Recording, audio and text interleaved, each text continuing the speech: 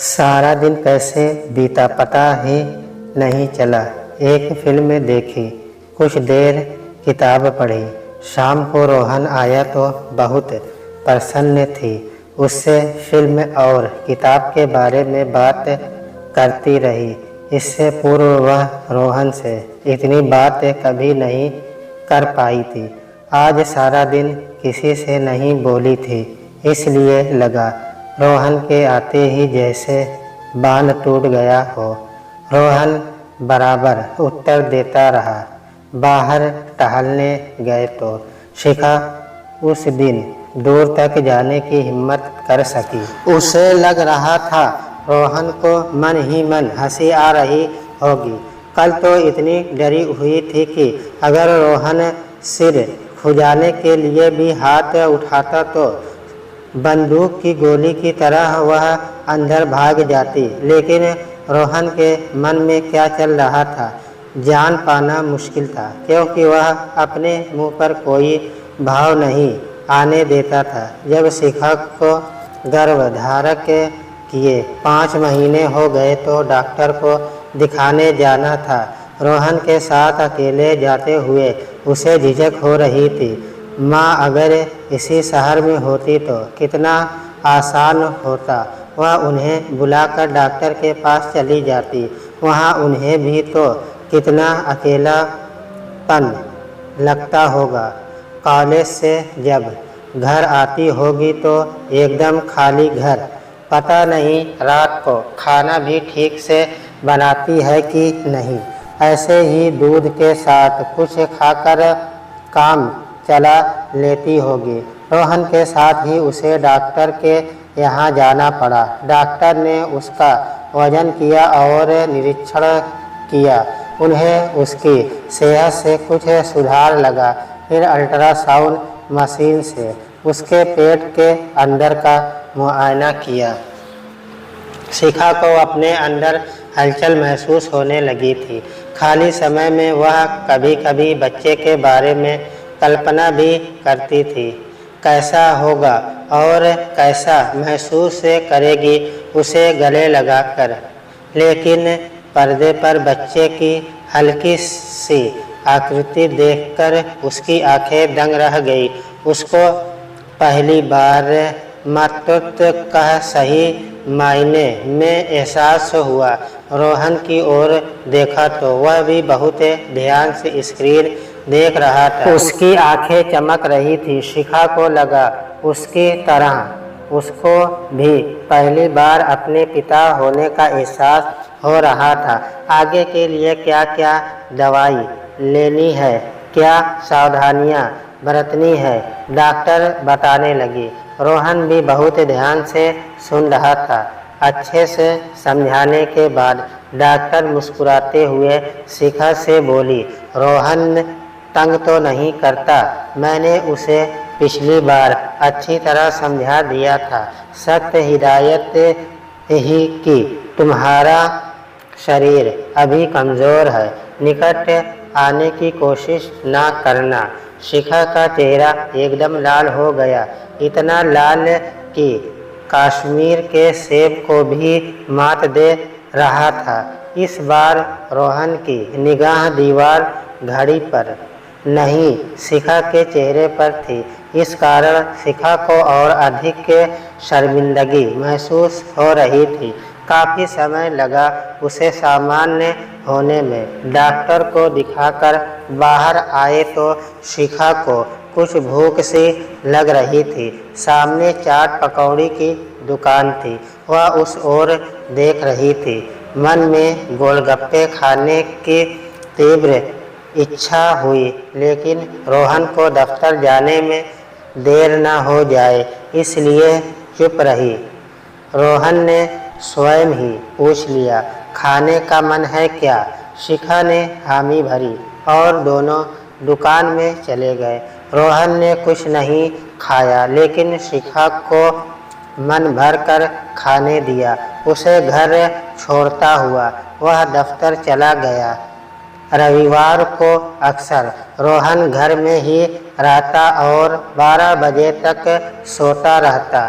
शिखा अपना रोज़ की तरह ही समय बिताती। लेकिन उस दिन रोहन जल्दी उठकर बाहर आया। उसके हाथ में 2 फिल्म की टिकट थी। शिखा वह फिल्म बहुत समय से सोच रही थी, जब लगेगी अवश्य देखेगी। वह उसके पसंदीदा हीरो की फिल्म थी और उस शुक्रवार को ही सिनेमा घर में लगी थी। लेकिन टिकटों के लिए बहुत मारामारी थी। उसे विश्वास नहीं हुआ रोहन उसके लिए टिकट लेकर आया है। रोहन को भी तो फिल्में देखने का शौक है, अपने लिए लाया होगा। उस पर तरस आ गया होगा कि उसे भी ले जाओ, नहीं तो घर में बैठी बोर होती रहेगी बेचारी। उसे क्या, उसको तो फिल्में देखने को मिल रही थी। रोहन का तो पता नहीं। शिखा को फिल्म देखकर बहुत आनंद आया। वह तो वैसे भी जब हीरो हीरोइन बिछड़ते हैं तो उनसे अधिक रोती है। पता नहीं रोहन क्या सोच रहा होगा। फिल्म के बाद वह उसे एक अच्छे रेस्टोरेंट में ले गया खाना खिलाने। जैसे जैसे समय बीत रहा था, शिखा का गर्व नजर आने लगा था। उसे अब उठने बैठने में भी थोड़ा भारीपन लगने लगा था। सबसे बड़ी परेशानी कपड़ों को लेकर हो रही थी। उसके सब सलवार समीज फंसने लगे थे। 2-3 जो दर्जी से सिलवाए थे, उसने उन्हें खोलकर बड़े कर लिए थे, लेकिन अब वे भी फंसने लगे थे। समझ नहीं आ रहा था क्या करे। माँ को इस काम के लिए बुलाना ठीक नहीं लग रहा था और अकेले जाने की इस स्थिति में हिम्मत नहीं हो रही थी। एक दिन अचानक रोहन बोला, तुम 2-3 कुर्ते को पहने रहती हो, कपड़े खत्म हो गए हैं क्या? शिखा बोली, हाँ, सब छोटे हो गए हैं। रोहन बोला, तो बोलो क्यों नहीं, चलो बाजार, कुछ नए कपड़े दिलवा दूंगा। कपड़े खरीदने के लिए रोहन के साथ जाने में शर्म आ रही थी, लेकिन कोई विकल्प नहीं था। रोहन उसे महंगी बुटीक में ले गया, लेकिन 2-4 महीने के लिए इतने महंगे कपड़े लेने का शिखा का मन नहीं था। 2 आने जाने के लिए अच्छी कुर्तियां लेकर वह रोहन को सस्ती दुकानों पर ले गई। वहां से उसने रोज़मर्रा के पहनने के लिए सस्ते से 4-5 जोड़ी कपड़े ले लिए। बच्चा होने तक उसका काम आराम से चल जाएगा। रोज़ सुबह उठकर उसे चिंता नहीं करनी पड़ेगी कि वह क्या पहने। एक दिन ऑफिस से रोहन का फ़ोन आया कि शिखा रात को खाने पर इंतज़ार ना करे। उसे किसी दोस्त के यहाँ किसी आयोजन में जाना था, देर हो सकती थी। शिखा को लगा रोहन उसके कारण अपने दोस्तों के यहाँ भी नहीं जा पाता है। दीपा ने बताया था कि रोहन के कई बचपन के दोस्त हैं, जिसके साथ वह घूमने भी जाता था। उसका उनके यहाँ बहुत आना जाना था। शिखा को अच्छा नहीं लगा। कहीं रोहन उसके कारण बंधन तो महसूस नहीं कर रहा। उसका मन दीपा से बात करने को हुआ। दीपा शिखा की आवाज़ सुनते ही बस शुरू हो गई। उसको कोई लड़का अपने परिवार के साथ देखने आया था। दीपा बहुत उत्साहित थी। उसे लड़का अच्छा लगा था। बहुत देर तक उन दोनों के बारे में बात करती रही। शिखा भी सुनकर प्रसन्न हो गई, क्योंकि लड़का इंदौर का रहने वाला था। अभी लड़के वालों की ओर से कोई उत्तर नहीं आया था। फिर भी दीपा बहुत प्रसन्न थी। उसे पूर्व आशा थी उसका रिश्ता वहाँ अवश्य हो जाएगा। फिर उसने पूछा, रोहन भाई कैसे हैं? लगता है आजकल तेरा बहुत ध्यान रखते हैं, अक्सर फ़ोन करके तेरी पसंद की फिल्में, किताबों के नाम, खाने पीने में तुझे क्या अच्छा लगता है आदि के बारे में पूछते रहते हैं। अपनी प्रशंसा में दीपा वह सब कह गई जो रोहन ने शायद उसे बताने से मना किया था। फोन रखकर शिखा गंभीरता से सोच विचार में डूब गई। आदत भी बहुत बुरी बात है। एक बार जिस व्यक्ति को किसी विशेष वक्त पर देखने की आदत पड़ जाए तो उसकी अनुपस्थिति में बड़ा खालीपन सा लगता है। खाना तो शिखा ने किसी तरह खा लिया, लेकिन बाद में न टीवी अच्छा लग रहा था न शांति की बातें। बार बार ध्यान घड़ी और दरवाजे पर टिका था। उसे अपनी बेचैनी का कारण स्वयं समझ नहीं आ रहा था। उसे रोहन से कुछ काम तो नहीं था। फिर उसने अपने आप को समझाया, इतने बड़े घर में जब गिनती के 2-3 प्राणी हो तो एक की भी अनुपस्थिति अखर जाती है। आधी रात तक वह करवटें बदलती रही। जब गाड़ी के आने की आवाज़ सुनाई थी और जब उसने खिड़की से झांक कर देखा रोहन अंदर दाखिल हो रहा है तो उसे आराम से नींद आ गई। एक दिन शिखा का भुट्टा खाने का मन हुआ। सेवक राम से मंगवाया तो सख्त दानों वाला भुट्टा ले आया। तीव्र इच्छा के कारण उसने खा लिया, लेकिन हल्का हल्का सा पेट में दर्द का अनुभव होने लगा। अपने कमरे में आकर भी उसको नींद नहीं आ रही थी। बेचैनी महसूस हो रही थी। शांति को उठाना उचित नहीं लगा। वे नीचे हाल में चहल कदमी करने लगे। अपने कमरे में रोहन लैपटॉप पर काम कर रहा था। आवाज़ सुनकर नीचे आया। उसे बेचैन घूमता देखकर पूछा, क्या हुआ? मुझे बुलाया क्यों नहीं? शिखा बोली, ऐसे ही नींद नहीं आ रही थी। रोहन बोला, चलो थोड़ी देर कुछ खेल खेलते हैं। उस दिन से नियम बन गया। रोहन को जब काम नहीं होता तो वे दोनों ताश या शतरंज खेलते और काम होता तो वह अपने लैपटॉप पर काम करता और शिखा वहीं कंप्यूटर या फ़ोन पर कोई गेम खेलती। शिखा को रोहन के साथ ताश खेलने में बहुत आनंद आता। रोहन हंसते हंसते कोई न कोई पत्ता इधर उधर कर देता और शिखा भी उसकी चालाकियाँ पकड़कर बहुत खुश होती। जब वह काम कर रहा होता तो उसकी उपस्थिति कमरे में अकेलेपन को फटकने भी नहीं देती। कई बार उसे लगता रोहन उसे बहुत ध्यान से देखता है। अब उसकी आंखों में अपने लिए चिढ़ या गुस्सा नज़र नहीं आता था। एक अपनेपन का एहसास महसूस होता था।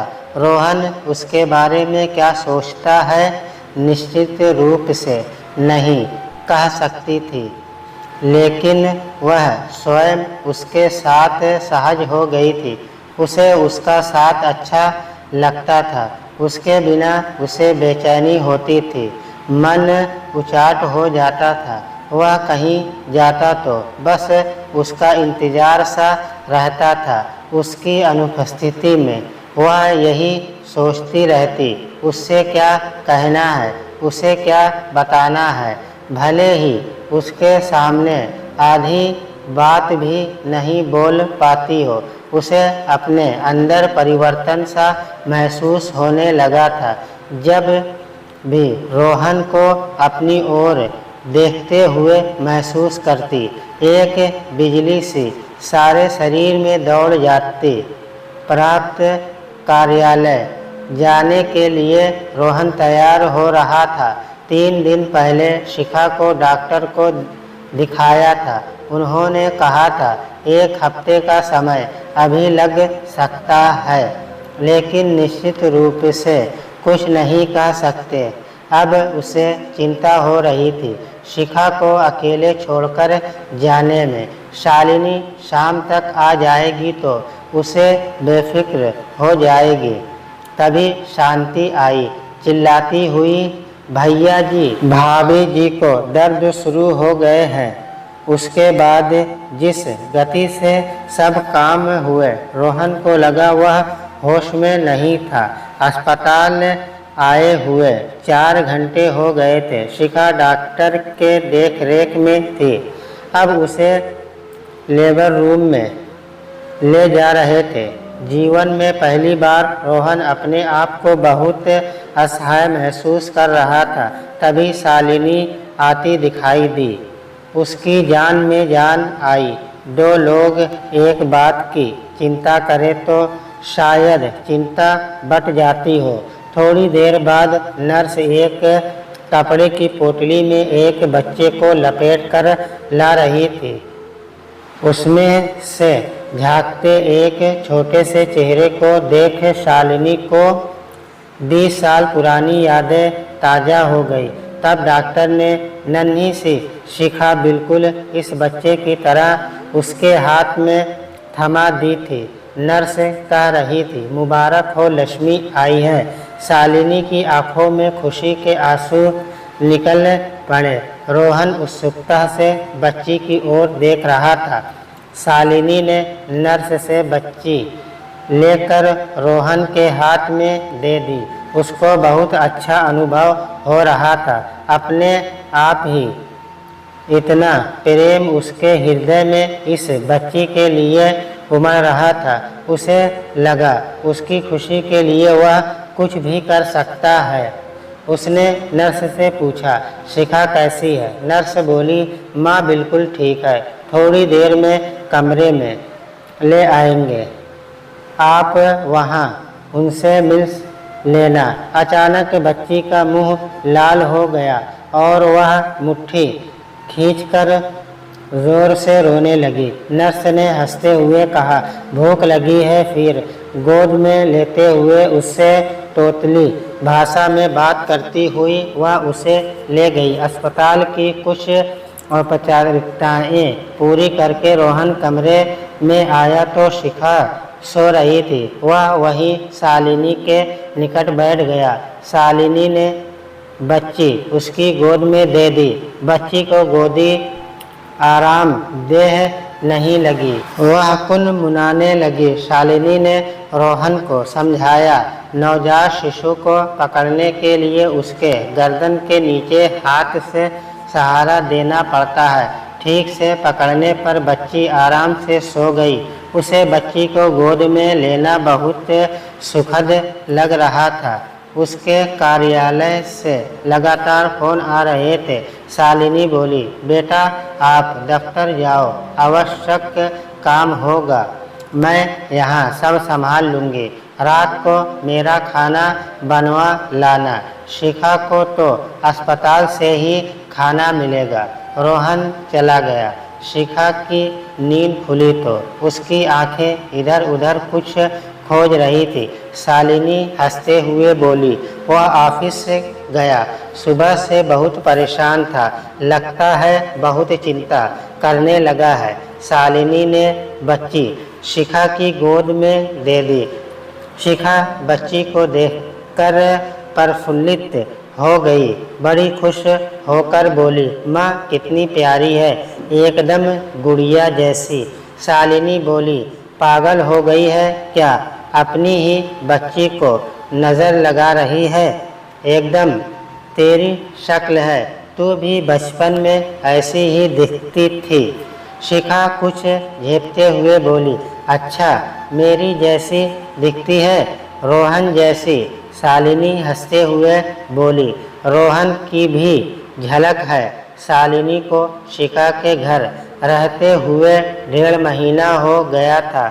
उसे रोहन साफ दिल का हंसमुख इंसान लगा। बच्ची और शिखा के प्रति अपनी जिम्मेदारी बखूबी निभा रहा था। बच्ची के प्रति उसका सुरक्षात्मक व्यवहार देखकर शालिनी को बड़ी प्रसन्नता और निश्चिंतता होती। बच्ची के साथ रोहन घंटों खेलकर भी नहीं थकता था। बच्ची को देखने के बहाने उसके दोस्त भी आने लगे थे। जो शादीशुदा थे वे पत्नी के साथ आते, जो कुंवारे थे 2-3 मिलकर आते। शाम को घर में रौनक रहती। शिखा भी रोहन के दोस्तों से घुल मिल गई थी। वह बहुत प्रसन्न नजर आती थी। शालिनी को 2-3 दिन में वापस जाना पड़ेगा। इससे लंबी छुट्टी लेना मुमकिन नहीं था। एक दिन शालिनी ने वह बात उठाई जो बहुत दिनों से शिखा से कहना चाह रही थी। वह बोली, रोहन एक नेक इंसान है। एक घटना के आधार पर हम किसी इंसान के बारे में कोई निर्णय नहीं ले सकते हैं। इतने दिनों में उसने तेरे साथ कोई गलत हरकत नहीं की। तेरा लाभ उठाने की कोई कोशिश नहीं की। मुझे लगता है पुरानी बातों को भुलाकर तुम्हें जीवन में नई शुरुआत करनी चाहिए। अपनी बच्ची को एक अच्छा वातावरण देने के लिए तुम दोनों को प्रेम सहित साथ साथ रहना चाहिए। शिखा स्वयं यह बात महसूस करने लगी थी। उसे रोहन की अच्छाइयाँ नजर आने लगी थी, उसके जीवन में, उसके हृदय में। अब रोहन ने एक विशेष स्थान बना लिया था जिसे वह नकार नहीं सकती थी। लेकिन रोहन उसके बारे में क्या सोचता है बिना यह जाने वो कैसे कोई निर्णय ले सकती है। शालिनी कह रही थी, इस घटना को तुम नियति द्वारा तुम दोनों को मिलाने का एक प्रयास समझो, वरना यह रिश्ता कभी संभव नहीं था। इस घटना के परिणाम स्वरूप तुम्हें जो ये खूबसूरत बच्ची मिली है, यह भी तुम्हारी नियति में लिखी थी। शिखा चहकते हुए बोली, माँ, मुझे मेरी बेटी का नाम मिल गया है। नियति ने हमें नियति प्रदान की है। आज से इसका नाम नियति ही हुआ। शालिनी की बात खत्म नहीं हुई थी। वह बोली, इस तरह के रिश्ते अक्सर मजबूरी में किए हुए बंधन बन जाते हैं जो नफरत और घुटन को जन्म देते हैं। यहाँ रोहन के दिल में तेरी और बच्ची को लेकर कोई नफरत नज़र नहीं आती है। ऐसे में तू एक कदम आगे बढ़ाएगी तो यह रिश्ता एक खूबसूरत मंजिल प्राप्त कर लेगा। शिखा बोली, माँ, यह इतना आसान नहीं है। रोहन क्या महसूस करता है कहना मुश्किल है। शालिनी बोली, जितना वह तुम दोनों की चिंता करता है उससे तो यही अनुमान लगता है कि तुम दोनों को बहुत प्यार करता है। शिखा अपने मन की दुविधा माँ के सामने कैसे खोल कर रख दे। हो सकता है रोहन केवल अपनी जिम्मेदारी निभा रहा हो या इस उम्मीद से यह सब कर रहा हो कि बच्चा होने के बाद वह वहाँ से चली जाएगी। शादी के वक्त तय हुआ था कि दोनों में से किसी को भी यह रिश्ता स्वीकार नहीं होगा तो दोनों अलग हो जाएंगे। जब भी इस प्रकार के विचार उसके मन में आते, उसका दिमाग फटने को हो जाता। वह इस अनिश्चितता भरी जिंदगी से ऊब गई थी। वह अपने और रोहन के रिश्ते में स्पष्टता चाहती थी, एक निकटता चाहती थी। शालिनी समझ रही थी शिखा अभी भी पूर्वतः अशांति नहीं है। शालिनी बोली, तू हमेशा सोचती थी मैं इतना क्यों डरती थी तेरी सुरक्षा को लेकर। मेरे जीवन में जो हुआ मैं नहीं चाहती थी तेरे साथ भी ऐसा कुछ हो। उन दिनों में कॉलेज में पढ़ रही थी। मेरे संपूर्ण ध्यान पढ़ाई लिखाई में था। एक धुन थी अपने पैरों पर खड़ा होने की। पिताजी सरकारी दफ्तर में बहुत मामूली से कर्मचारी थे। माँ अक्सर बीमार रहती थी। पैसों की तंगी रहती थी। महीना का आखिरी हफ्ता काटना बहुत कठिन हो जाता था। इसलिए बस एक ही मकसद था, पढ़ लिखकर माँ पिताजी का सहारा बनने का। उस लड़के की हमारी ही मोहल्ले में स्टेशनरी की दुकान थी। जब भी कॉपी पेंसिल की आवश्यकता होती, दौड़ के जाती और ले आती। उधार भी चलता रहता था। मैं हमेशा इतनी जल्दी में होती थी कि कभी ध्यान ही नहीं दिया उस दुकान पर बैठे लड़के की। आंखों में मेरे लिए हवस पल रही थी। एक दिन दोपहर को पेन खत्म हो गया। वहाँ दुकान गई तो उसका नौकर खाना खाने गया हुआ था। वह अकेला था। मैंने जल्दी से पेन देने को कहा तो उसने हाथ पकड़ लिया। बस एक भूखे शेर की तरह झपट पड़ा। पहले तो मैं समझी नहीं उसे क्या हो गया है। जब समझी तो बहुत चिल्लाई, लेकिन वह तो समाज और मर्यादा भूल चुका था। मेरी सहायता की गुहार कुछ कानों में पड़ गई। मोहल्ले के कुछ लोग इकट्ठा हो गए और वह अपने मकसद में तो कामयाब न हो सका, लेकिन बदनाम अवश्य हो गया। पिटाई हुई सो अलग। उसकी शादी एक पैसे वाले घर में पक्की हो चुकी थी। लड़की वालों ने उससे रिश्ता तोड़ दिया। उस लड़के के घर वाले बहुत क्रोधित थे अपने बेटे की करतूत पर, लेकिन उससे ढकने के लिए उन्होंने यह अफवाह फैला दी कि उनके लड़के को फंसाने के लिए मैंने ये झूठा नाटक किया था। हम दोनों ही चर्चा का विषय बन गए थे। इतने बदनाम हो गए कि बाहर निकलना दूभर हो गया था। माँ और अधिक बीमार रहने लगी। वह समय इतना कष्टमय था कि आज भी सोचती हूँ तो रोंगटे खड़े हो जाते हैं।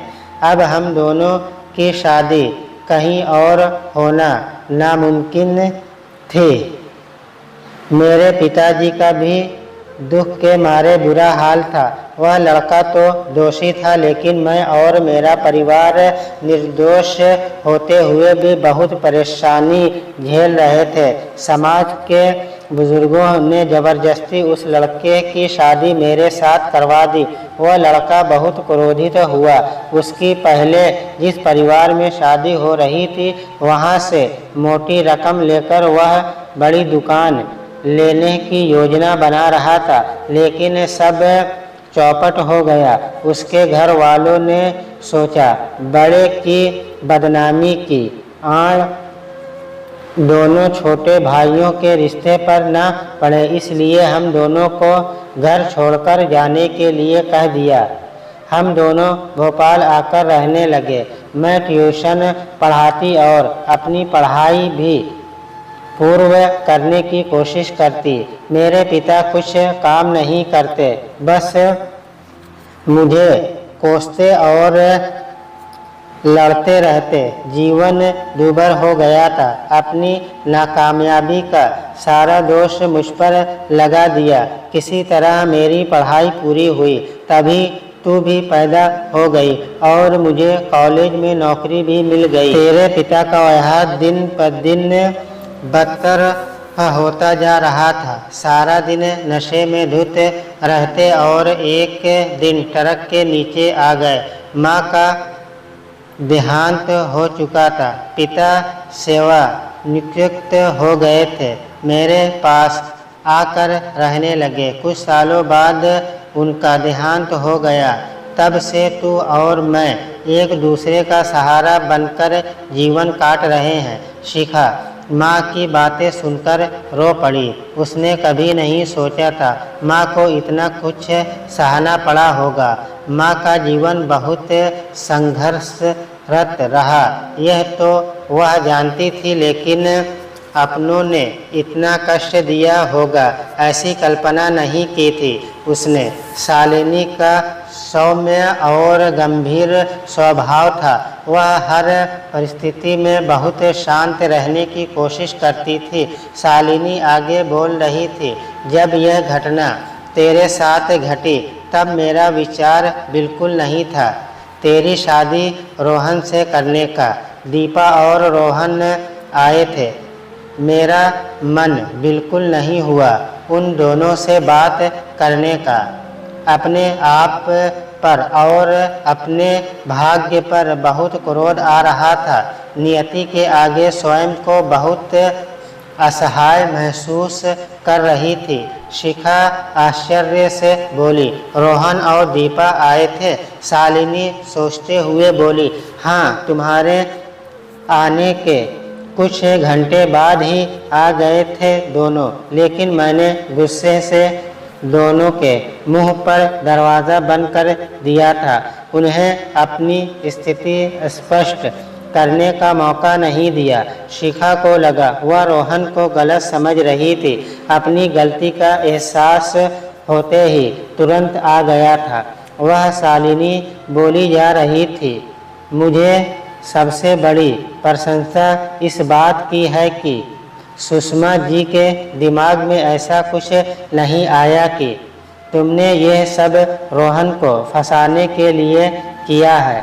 तुम्हारे गर्भ धारक करने के बाद मजबूरन मुझे इस शादी के लिए स्वीकृति देनी पड़ी, लेकिन अब मैं बहुत संतुष्ट हूँ कि तुम्हें यहाँ उचित सम्मान और स्नेह मिल रहा है। रोहन के मन में तुम्हारे लिए कोई नफरत नहीं है, जैसे तेरे पिताजी के मन में मेरे लिए थी। शिखा को लगा माँ की बात सही थी कि सुषमा आंटी ने कभी भी उसे बोझ नहीं समझा, बहुत स्नेह से उसे बहू स्वीकार किया। रोहन के व्यवहार में कुछ भी आपत्तिजनक नहीं लगता था। एक बात तो सही थी कि वह उसे नापसंद नहीं करता था, लेकिन जब तक वह स्पष्ट नहीं बोलता क्या कह सकते थे वह उसके लिए क्या सोचता है। सबसे महत्वपूर्ण बात यह है कि वह उससे प्रेम करता है कि नहीं। प्रेम के बिना शादी का अस्तित्व कैसे संभव है? उसके दिमाग में इस तरह के प्रश्न उठते रहते थे और वह बहुत ध्यान से रोहन के प्रिय कपालों पर नज़र रखती थी। 40 दिन हो गए थे नियति को इस संसार में आए हुए। शालिनी रोहन के साथ दोनों को मंदिर दर्शन ले गई थी। अब शिखा स्वस्थ लगने लगी थी और बच्ची को भी अच्छे से संभाल लेती थी। इंटरनेट पर सुषमा से बात होती रहती थी और वह आवश्यक निर्देश देती रहती थी। वहाँ भी 2 महीने पहले एक बेटी का जन्म हुआ था। सुषमा उसकी फोटो दिखाकर और नियति को देखकर बहुत प्रसन्न होती थी। कहती, सारी उम्र बेटी के लिए तरसती रही और भगवान ने एक साथ 2 पोतियां दे दी। शालिनी के जाने का समय आ गया था। इससे लंबी छुट्टियां लेना संभव नहीं था।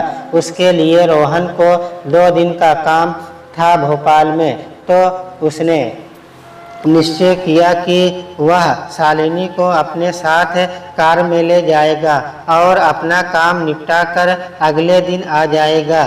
दीपा की शादी पक्की हो गई थी और इंदौर आई थी अपनी बहन के घर खरीदारी करने। रोहन और शालिनी के जाते ही वह शिखा के पास आ गई एक रात रुकने के लिए। इतनी उत्साहित थी अपनी शादी को लेकर कि उसकी बातें ही नहीं खत्म हो रही थी। सर्वप्रथम तो एक सामान जो अब तक उसने खरीदा था विस्तृत वर्णन किया। फिर उसने शर्माते हुए अपने मंगेतर अंकित के बारे में बोलना शुरू किया। और बिना रुके रेलगाड़ी की तरह वह बोलती रही। उसकी बातों में शिखा को बहुत आनंद आ रहा था। उसने यह सब अनुभव नहीं किया था, इसलिए उसका कौतूहल बढ़ता जा रहा था। दीपा ने बताया, अंकित बहुत रोमांटिक है। खरीदारी के दौरान वे कई बार मिले और मौका देखकर वह उसका हाथ पकड़ लेता, घंटों फोन पर बातें करता। कभी उसके लिए इतनी दूर से फूल भेजता तो कभी कार्ड या चॉकलेट। सबके साथ होने पर कभी आंख मारता तो कभी इशारे से बात करता। एक दिन वो दोनों फिल्म देखने गए तो फिल्म कम, एक दूसरे से बातें अधिक करते रहे। पीछे की कुर्सी ली थी, हाथ पकड़ के न जाने क्या क्या भविष्य की योजनाएं बनाते रहे। यह सब बातें सुनकर शिखा अचंभित हो रही थी। रोहन के साथ स्वयं की कल्पना कर रही थी। कहने को 8 महीने हो गए थे शादी को, लेकिन ऐसी नज़दीकियां उन्होंने अनुभव नहीं की थी। दीपा की बातें सुनकर एक गुनगुनाते वाला एहसास हो रहा था। वह स्वयं रोहन के साथ ऐसी ही नज़दीकियां चाहती थी। फिल्मों में इस तरह के दृश्य अक्सर देखे थे, लेकिन दीपा के सामने बैठकर उसका हंसते शर्माते अपनी प्रेम कहानी का वर्णन करना शिखा को रोमांचित कर रहा था। दीपा की बातें अभी खत्म नहीं हुई थी। वह बहुत धीमे स्वर में ऐसे बोली जैसे कितने बड़े रहस्य से पर्दा उठा रही हो। कल अंकित मुझे होटल खाने के लिए गया था। दीदी तो मान ही नहीं रही थी, लेकिन जीजा जी ने समझा बुझाकर दीदी को मुझे अंकित के साथ अकेले जाने दिया। पता है, गाड़ी को बीच सड़क पर रोककर अंकित ने आंखों में कुछ चले जाने का नाटक किया। जब मैं उसकी आंखों में देख रही थी, कुछ गिरा तो नहीं है, उसने एकदम से पकड़कर मुझे किस कर लिया। शिखा ने आश्चर्य से पूछा, अच्छा तुझे गुस्सा आया? दीपा हंसते हुए बोली, नहीं, पहले तो मैं चौंक गई, लेकिन जब समझ आया कि वह क्या कर रहा है तो बड़ा अच्छा लगा। संपूर्ण देह में लगा जैसे लहर सी दौड़ गई हो। शिखा का मन और सुनने का कर रहा था, लेकिन नियति के रोना शुरू कर दिया। दीपा का फ़ोन भी बजने लगा था। उसके भाव देखकर लग रहा था अंकित ही है फ़ोन पर। दोनों प्रेमियों को गुफ्तगू करने के लिए अकेला छोड़कर वह नियति की आवश्यकता पूरी करने चली गई। अगले दिन शिखा अपने काम निपटाकर नीचे हॉल में बैठी थी। दीपा देर रात तक फ़ोन पर बातें करती रही थी। प्राप्त देर तक सोती रही और अब उठकर नहाने गई थी। शिखा का मन तो बहुत कर रहा था रोहन को फ़ोन करके बात करने का, लेकिन झिझक हो रही थी। पहले भी तो कुछ काम होता था तो ऑफिस में फ़ोन पर बात कर लेती थी, लेकिन अब ना जाने क्या हो गया था, क्या बदल गया था। उसने निर्णय लिया कि अब जब रोहन वापस आएगा तो अपने मन की बात उससे अवश्य करेगी, अपने प्रेम का इजहार अवश्य करेगी। अब इस दुविधाजनक स्थिति में रहना उसके लिए संभव नहीं था। हो सकता है रोहन उसके द्वारा पहल करने का इंतज़ार कर रहा हो। उसके मन में भी जो बात होगी वह स्पष्ट कर देगा। मन मुस्कुराते हुए वह सोच रही थी, रोहन की पत्नी के रूप में एक ही कमरे में साथ साथ रहते हुए कितना सुखद अनुभव होगा। तभी दरवाजे की घंटी बजी। शिखा ने दरवाज़ा खोला तो सामने एक आधुनिक पोशाक में स्मार्ट सी लड़की खड़ी थी। वह बहुत क्रोधित लग रही थी। शिखा को घूरते हुए तेज आवाज में बोली, तो तुम शिखा हो जिसने मेरी जिंदगी बर्बाद कर दी। झूठी कहानी सुनाकर तुमने मेरी और रोहन की बचपन की दोस्ती समाप्त कर दी। आंसू बहाकर मेरी और रोहन की शादी रुकवा दी। यहाँ आकर रहने लगी हो। तुम क्या सोचती हो रोहन तुम्हें पसंद करता है? वह मुझे पसंद करता है, मुझसे शादी करने वाला था, लेकिन तुम पर तरस खाकर उसने मजबूरी में तुझसे रिश्ता जोड़ा है। इस मजबूरी के रिश्ते को कब तक निभाया जा सकता है? पारुल और भी न जाने क्या क्या बोलती रही, लेकिन शिखा के कानों ने काम करना बंद कर दिया था। उसका दिमाग सुन्न हो गया था। वही धम से सोफे पर बैठ गई। नीचे चीखने की आवाज़ सुनकर दीपा दौड़ी दौड़ी आई। नीचे का नज़ारा देखकर घबरा गई। उसने जल्दी से पारुल को हाथ पकड़कर घर से बाहर निकाला। शिखा को झकझोरा तो जैसे वह होश में आई हो। शिखा परेशान सी बोली, यह कौन थी? इसकी और रोहन की शादी होने वाली थी क्या? दीपा बोली, हाँ, लेकिन मेरी बात तो सुनो। बाकी सब बातें वह झूठ बोल रही थी। शिखा भागकर अपने कमरे में चली गई। अंदर से दरवाज़ा बंद कर लिया। दीपा बहुत देर तक दरवाज़ा खटखटाती रही, लेकिन शिखा ने कोई उत्तर नहीं दिया। उधर उसके जाने का समय हो गया था। उसके जीजा जी बाहर खड़े थे गाड़ी लेकर। दीपा को उसी दिन भोपाल जाना था। शिखा ने दरवाज़ा खोला, उससे आश्वासन दिया कि वह ठीक है। दीपा को शिखा की बहुत चिंता हो रही थी।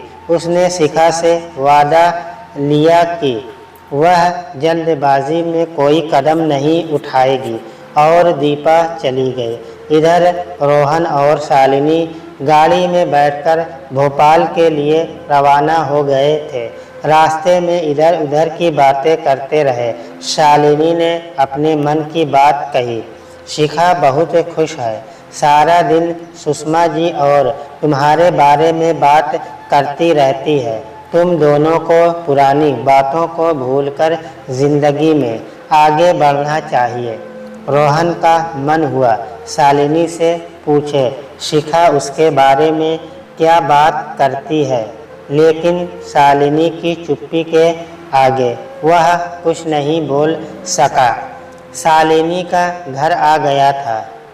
रोहन उसको छोड़कर बाहर से विदा लेना चाहता था, लेकिन शालिनी नहीं मानी। बहुत आग्रह करके उसे अंदर ले गई। शादी के बाद पहली बार दामाद का आया था। कुछ तो आवभगत करने का उसका भी अरमान था। अगर शिखा की तबीयत ठीक होती तो उन दोनों को कितनी बार अपने घर बुलाती। पड़ोसन के यहाँ घर की चाबी रख कर गई थी। आने से एक दिन पूर्व फ़ोन कर दिया था उसने। साफ सफाई करवा दी थी और खाने पीने की आवश्यक सामग्री भी रख दी थी। रोहन के लिए चाय और बेसन की पकौड़ी बनाकर तुरंत ले आई। मन तो उसे खाना खिलाकर भेजने का था, लेकिन रोहन शीघ्रता से अपने कार्य समाप्त करना चाहता था। रोहन सारा दिन काम में बहुत व्यस्त रहा। रात को लौटा तब बहुत देर हो गई थी। एक बार को मन में आया शिखा को फ़ोन कर ले, लेकिन समय देखकर अपने आप पर नियंत्रण कर लिया। अगले दिन पहुँचते ही वह शिखा के सामने अपना दिल खोल कर रख देगा। क्या क्या कहेगा। सोचते सोचते उसे नींद आ गई। अगले दिन उसे काम शीघ्रता से निपटा कर घर शाम तक पहुँचने का मन था। मौसम का मिजाज भी कुछ ठीक नहीं लग रहा था। तेज हवाएं चल रही थी। आसमान में हल्के बादल छाए हुए थे। कार्य समाप्त करके वह भोजन कर रहा था। मौसम और खराब हो गया था। तूफान की आशंका लग रही थी। ऐसे में जाना ठीक होगा कि नहीं, वह सोच ही रहा था कि उसका ड्राइवर बोला, साहब, इस मौसम में जाना ठीक नहीं होगा। इतनी तेज हवा से कोई पेड़ उखड़कर गाड़ी पर गिर गया तो क्या करेंगे, या रास्ते में गिरा पड़ा होगा तो आगे कैसे जाएंगे। रास्ते में फंसकर रह जाएंगे। आज यहाँ ठहरते हैं, कल सुबह जल्दी निकल जाएंगे। रोहन को ड्राइवर की बात सही लगी। वह उसे रात को वहीं रुकने का निर्देश देने वाला था कि उसके फ़ोन की घंटी बज गई। दीपा बोल रही थी। उसकी आवाज़ ठीक से सुनाई नहीं दे रही थी। बहुत कोशिश करने पर वह यही समझ पाया कि पारुल घर आई थी। उसकी बातों से शिखा बहुत परेशान हो गई। रोहन ने शिखा को फ़ोन मिलाया तो उसका फ़ोन बंद पड़ा था। घर के और फ़ोन मिलाए, लेकिन मौसम खराब होने के कारण कोई नहीं मिला। रोहन को चिंता हो रही थी। पता नहीं पारुल ने क्या कहा होगा और शिखा क्या करने वाली है। उसने अपने ड्राइवर को निर्देश दिया, अभी गाड़ी निकालो, हम तुरंत जाएंगे। पारुल के जाने के बाद शिखा ने स्वयं को बहुत नियंत्रित करने का प्रयास किया, लेकिन दीपा के जाने के बाद वह कमरा बंद करके बहुत देर तक रोती रही। उसकी प्रेम कहानी शुरू होने से पहले ही खत्म हो गई थी। सबसे बुरी बात ये लग रही थी कि सब ने पारुल और रोहन की शादी की बात उसे नहीं बताई। रोहन बचपन से पारुल को जानता है, पसंद करता है और उससे शादी करना चाहता था। उसे लगा माँ की जीवन कथा उसके माध्यम से पुण्य दोहराई जा रही है। पिता को मजबूर किया गया माँ से शादी करने के लिए और उन्होंने इस कारण माँ से हमेशा घृणा की। खुलेआम उन्होंने इस रिश्ते को बोझ समझा और उनसे दुर्व्यवहार करके इसका प्रदर्शन भी किया। रोहन ने भी शादी बड़ों की जिद के कारण की। बस वह उसे अपनी जिम्मेदारी समझ रहा है। हो सकता है उस पर तरस खा रहा हो, इसलिए दुर्व्यवहार ना कर रहा हो, लेकिन उसके दिल में तो अवश्य उसके लिए नफरत होगी। और अगर आज नहीं तो मजबूरी में बनाए रिश्ते धीरे धीरे सड़ जाते हैं। वह हमेशा अपनी ज़िंदगी बर्बाद करने के लिए उसे ही दोषी मानता रहेगा। शिखा को लगा अगर वह रोहन को सच्चा प्यार करती है तो उसे अपने जीवन से चले जाना चाहिए। उसे स्वतंत्र कर देना चाहिए, जिससे वह अपनी ज़िंदगी अपने तरीके से जी सके। पारुल जैसी अत्याधुनिक युवती से वह कैसे मुकाबला कर सकती है। पारुल का पहनावा, रहन सहन सब रोहन के अस्तित्व का था। शिखा उसे तो ठीक से मेकअप करना भी नहीं आता था। पारुल से कैसे टक्कर ले सकती है। टक्कर की बात तो तब होती है जब रोहन असमंजस में होता कि वह किसका चयन करे। रोहन ने तो पारुल का ही चुनाव किया था। शिखा तो एक अनचाहा बोझ बनकर उसकी ज़िंदगी में आ गई थी। शिखा ने निश्चय किया कि वह रोहन को छोड़ देगी। उसके आने से पहले ही वह चली जाएगी अपनी बेटी को लेकर। शांति की तबीयत ठीक नहीं थी। वह खाना बनाकर अपने कमरे में आराम करने चली गई। सेवक राम नीचे हॉल में बैठा ऊब रहा था। शिखा रोती जा रही थी और अपना सामान सूटकेस में लगाती जा रही थी। उसको अकेले जाना होता तो 2-4 कपड़े सूटकेस में डालती, पर्स उठाती और कब की निकल गई होती, लेकिन छोटी बच्ची के साथ ऐसा संभव नहीं था। उसकी आवश्यकता का सामान ध्यान से रखना बहुत ज़रूरी था। शाम हो गई थी। उसके रोते रोते आंसू सूख गए थे। सामान लगा लिया था। भूख लगी थी। नन्ही नियति भी कुलबुला रही थी। रसोई में अपने लिए खाना गर्म किया, नियति को भी दूध पिलाया और हॉल में आकर बैठ गई। मन नहीं कर रहा था घर को छोड़कर जाने का। इतने महीने में अपना लगने लगा था। बाहर देखा, मौसम बहुत खराब था। ऐसे में सामान और बच्ची के साथ जाना ठीक नहीं होगा। वैसे भी ऐसे मौसम में रोहन भी नहीं आने वाला। वह शायद रात को रुककर सुबह चलेगा। शिखा ने सोचा, वह प्राप्त निकल जाएगी, यही ठीक रहेगा। अपने आप को संयत कर वह आराम से सोफे पर बैठ गई। दिन भर की उठापटक से थक गई थी। झपकी लग गई। फ़ोन की घंटी बजी तो देखा रोहन का फ़ोन था। स्वयं ठीक से नहीं सुनाई दे रहा था। बस इतना समझ में आया, तुम ठीक हो ना? मैं 1 घंटे में पहुंच जाऊंगा। फ़ोन कट गया। शिखा हेलो हेलो करती रह गई। उसके बाद कई बार संपर्क करने की कोशिश की, लेकिन सफलता नहीं मिली। 9 बजे थे। तेज आंधी तूफान आ रहा था।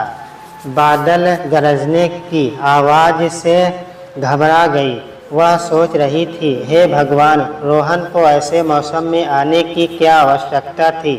शिखा की बेचैनी और घबराहट बढ़ती जा रही थी। गाड़ी खराब हो गई तो, कोई हादसा हो गया तो, सोच सोचकर उसका बुरा हाल हो रहा था। कभी भगवान भी मूर्ति के आगे हाथ जोड़कर बैठ जाती तो कभी फ़ोन मिलाने की कोशिश करती। बस रोहन सुरक्षित रहना चाहिए, उसे कुछ नहीं होना चाहिए। सेवक राम इन बातों से बेखबर बहुत पहले ही अपने कमरे में सोने चला गया था। इतने बड़े घर में बिल्कुल अकेली, बादलों के गरजने की आवाज़ और रोहन की सुरक्षा की चिंता। शिखा के दिल की धड़कन बढ़ती जा रही थी। क्या करे क्या ना करे। हाल में वह बेचैनी से इधर उधर घूम रही थी। एक एक पल भारी लग रहा था। सोच सोचकर सिर में दर्द हो गया था कि रोहन को कुछ हो गया तो वह क्या करेगी। उसके दिल से एक आवाज़ आई। वह तो रोहन को छोड़कर जाने वाली थी। उसे क्या अंतर पड़ता है। नहीं, वह रोहन को इसलिए छोड़ रही थी कि रोहन उसके बिना अधिक प्रसन्न रहेगा। उसको परेशान तो देख ही नहीं सकती थी। बस एक बार रोहन को सही सलामत देख ले, फिर उससे सब रिश्ते तोड़ देगी। उसकी याद में ही अपना सारा जीवन बिता लेगी। इसी परेशानी में उसने 1-1.5 घंटा बिता दिया। लग रहा था सारा शरीर बेदम हो गया है। इतनी कमजोरी सी लग रही थी। उस दिन समझ में आया, चिंता से बड़ी बीमारी संसार में कोई नहीं है। रोहन रास्ते में भर परेशान रहा। कहीं शिखा घर छोड़कर न चली गई हो। पारुल के विषय में वह क्या सोच रही होगी। आंधी के कारण गाड़ी आहिस्ता चल रही थी। और उसका मन विचारों का तेजी से जाल बुन रहा था। शिखा के साथ बिताए पल एक एक कर चलचित्र की भांति उसकी आंखों के सामने से गुजर रहे थे। शिखा की सरलता और सौंदर्य ने आकर्षित कर लिया था उसको। अब उसके साथ वह अपना जीवन बिताना चाहता था। नियति में तो उसकी जान बसती थी। शिखा जिस तरह से नियति की देखभाल करती थी, उसको प्यार करती थी, उसे बहुत अच्छा लगता था। उसे शाम को घर लौट जाने की अब शीघ्रता रहती थी। कई बार उसे लगता जैसे शिखा उसका इंतजार कर रही है। अब इससे वह स्थिति बर्दाश्त नहीं हो रही थी। शिखा से वह अब दूर नहीं रहना चाहता था। उसके साथ एक कमरे में ही रहना चाहता था। सुबह आँख खुले तो शिखा का खिलखिलाता चेहरा उसके सामने हो। रात को जब नियति कितनी बार भी उठाए, उसे संभालने में वह शिखा का सहयोग दे। नियति सो जाए तो शिखा को अपनी बाहों में भर ले। यह सोचकर उसका मन मुस्कुरा देता, लेकिन अगले पर चिंता होती। अगर शिखा ने उसका प्रेम नहीं स्वीकारा तो क्या होगा। गाड़ी के हॉर्न की आवाज़ सुनी तो शिखा ने बाहर देखा। रोहन आ गया था। उसको देखकर शिखा को इतनी राहत मिली कि दीवानी सी उसकी तरफ भागी और उसके गले लग गई। 2 पल ऐसे ही खड़ी रही, फिर थोड़ा पीछे होकर उसके चेहरे को हाथ से सहलाते हुए बोली, आप ठीक हो ना। जब शिखा ने रोहन को आश्चर्य से अपनी ओर देखते हुए देखा तो उसे याद आया कि उसने क्या निर्णय लिया था और रोहन की चिंता में उसका क्या हाल हुआ था। वह झटके से उससे अलग होते हुए गुस्से से बोली, आपके कारण 3 घंटे से मेरा दिमाग चिंता के कारण खराब हो गया था। ऐसी क्या जल्दी थी घर आने की। एक रात वहीं रुक जाते। आंधी तूफान में आए हो, कुछ हो जाता तो क्या होता। अपने आप को समझते क्या हो। हर निश्चिंत में बहादुरी दिखाना आवश्यकता नहीं होता। कुछ हो जाता तो मम्मी जी को क्या जवाब देती। शिखा की इतना तेज चिल्लाने के कारण नियति की आँख खुल गई और वह रोने लगी।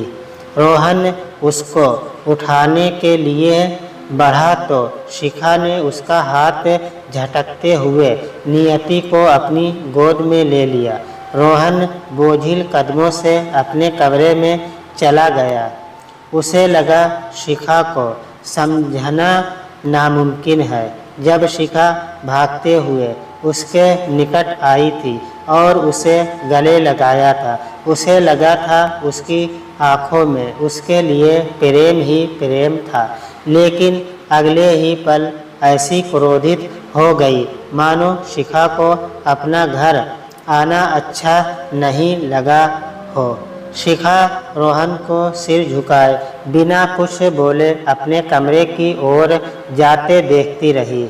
उसका मन रो रहा था। कैसे वह इतनी तेज आवाज़ में बोली और कैसे उसको छोड़कर जिंदा रहेगी। नियति को थपथपा कर सुला दिया और उसे अपने पर बहुत गुस्सा आ रहा था। समझ नहीं आ रहा था कैसे इतनी कठोर हो सकती है। रोहन थका हुआ इतने खराब मौसम में आया और वह उस पर इतनी ज़ोर से झल्लाई। वह चुपचाप सुनता रहा। पता नहीं कुछ खाया पिया भी कि नहीं। हो क्या गया है उसको। इतनी व्याकुलता क्यों हो रही है उसकी समझ में नहीं आ रहा था। रोहन के बिना नहीं रह सकती थी। उससे दूर होने की कल्पना से इतनी परेशान हो रही थी। बिना बात के गुस्सा आ रहा था। तो उससे अलग होकर कैसी रहेगी। ये बात समझ में आ गई थी कि अब वह रोहन के बिना नहीं रह सकती, और क्यों रहे अलग, वह उसकी पत्नी है।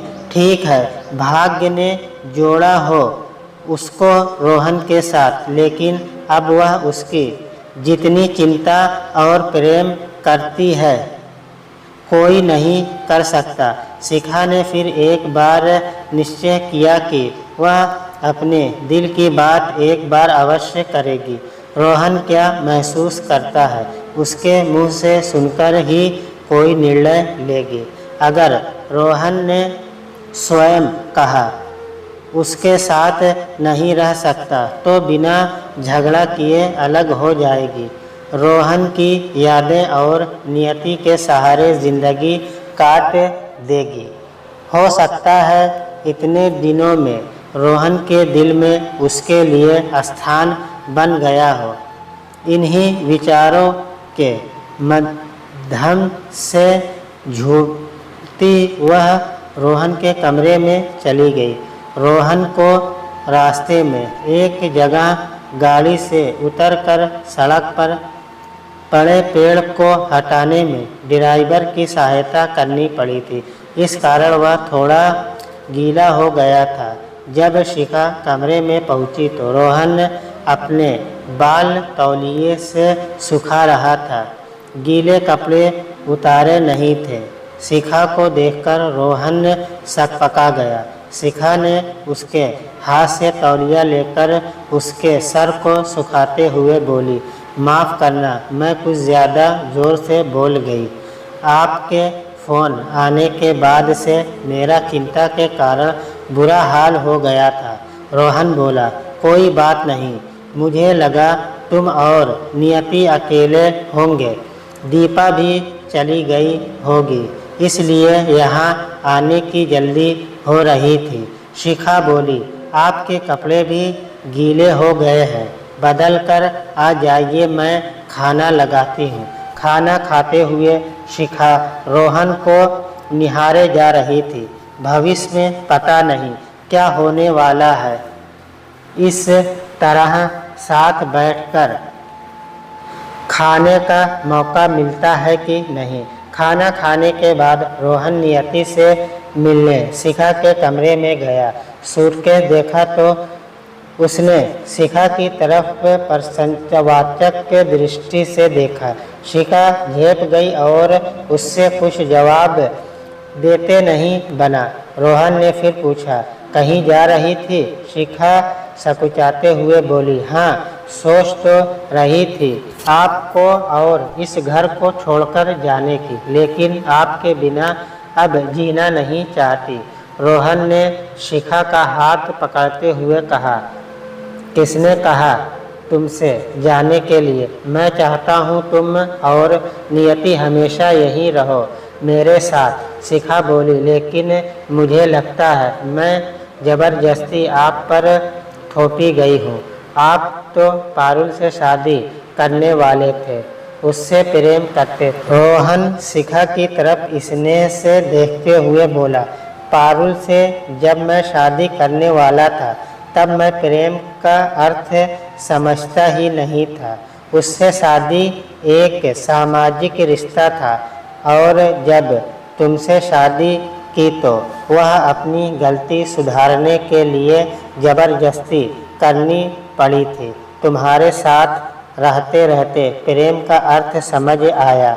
अपने से अधिक तुम्हारी चिंता रहती है। तुम्हें खुश देखकर खुशी होती है।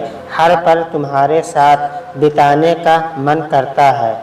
मुझे तुम अच्छी लगने लगी हो। जिंदगी भर तुम्हारे साथ रहना चाहता हूँ। शिखा के मुख पर हर्ष और लज्जा के निश्चित भाव थे। वह शर्माते हुए बोली, मैंने भी ये शादी मजबूरी में की थी, लेकिन अब आपका साथ अच्छा लगता है। जब आप चिंता करते हो, नियति को इतनी सावधानी और प्रेम से गोद में लेकर बैठते हो तो मुझे बहुत सुकून मिलता है। मेरे दिल में आपके लिए बहुत प्रेम है। लेकिन आपको मजबूर नहीं करूँगी इस रिश्ते को निभाने के लिए।